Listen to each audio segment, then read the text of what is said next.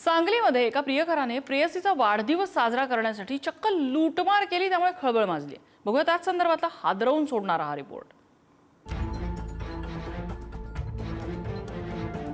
जिच्यावर जीव जडलाय त्या प्रेयसीच्या आनंदाखातर प्रियकर अगदी जीव ओवाळून टाकायला तयार असतो।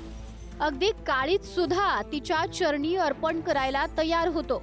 त्यात प्रेयसीचा वाढदिवस म्हटलं की त्याच्यासाठी दिवाळीहून मोठा आनंद, आणि तो साजरा करत महागडं गिफ्ट देत आणि तो वाढदिवस हा संस्मरणीय ठरवण्यासाठी काहीही करायची तयारी त्यानं केली तर नवलच। सांगलीच्या हरिपूरमध्ये तर एका प्रियकरानं हद्दच केली आहे। प्रेयसीचा वाढदिवस साजरा करण्यासाठी चक्क लूट केली आहे। कॉलेजमध्ये शिकणाऱ्या तरुणाच्या प्रेयसीचा वाढदिवस होता। साजरा करण्यासाठी तरुणाला 20,000च्या रकमेची गरज होती। घरातून इतकी मोठी रक्कम मिळणं शक्य नव्हतं। मित्रांकडूनही त्याला नकारच मिळाला। मात्र हरिपूरमधील एका मित्रानं त्याला मदत करण्याचा निर्णय घेतला। दोघांनी हरिपूरमधील दुपारच्या वेळेत घरी एकट्या असलेल्या वृद्धेला गाठलं आणि चाकूचा धाक दाखवत दोघांनी वृद्धेकडील 1.5 तोळ्याचे दागिने चोरून पळ काढला।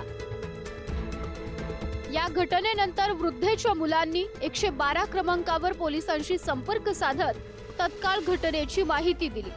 पहिलाच गुन्हा करणाऱ्या या तरुणांनी मागे काही पुरावे सोडले होते। त्या पुराव्यांच्या आधारे अवघ्या 3 तासात पोलिसांनी गुन्ह्याचा छडा लावला आणि दोन्ही तरुणांना बेड्या ठोकल्या।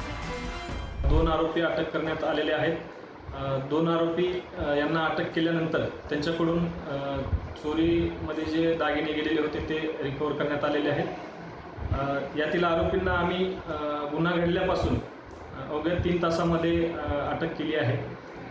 त्यानंतर आरोपींकडे केलेल्या चौकशीमध्ये आरोपी याने त्याच्या प्रेयसीचा वाढदिवस असल्यामुळे त्यासाठी त्याने सदरची चोरी केल्याची कबुली दिली आहे। सदर गुन्ह्याचा पुढील तपास वरिष्ठांच्या मार्गदर्शनाखाली आम्ही स्वतः करीत आहोत। नसलेली श्रीमंती दाखवून प्रेयसीला भुरळ घालण्याचा प्रयत्न तरुण अनेकदा करतात।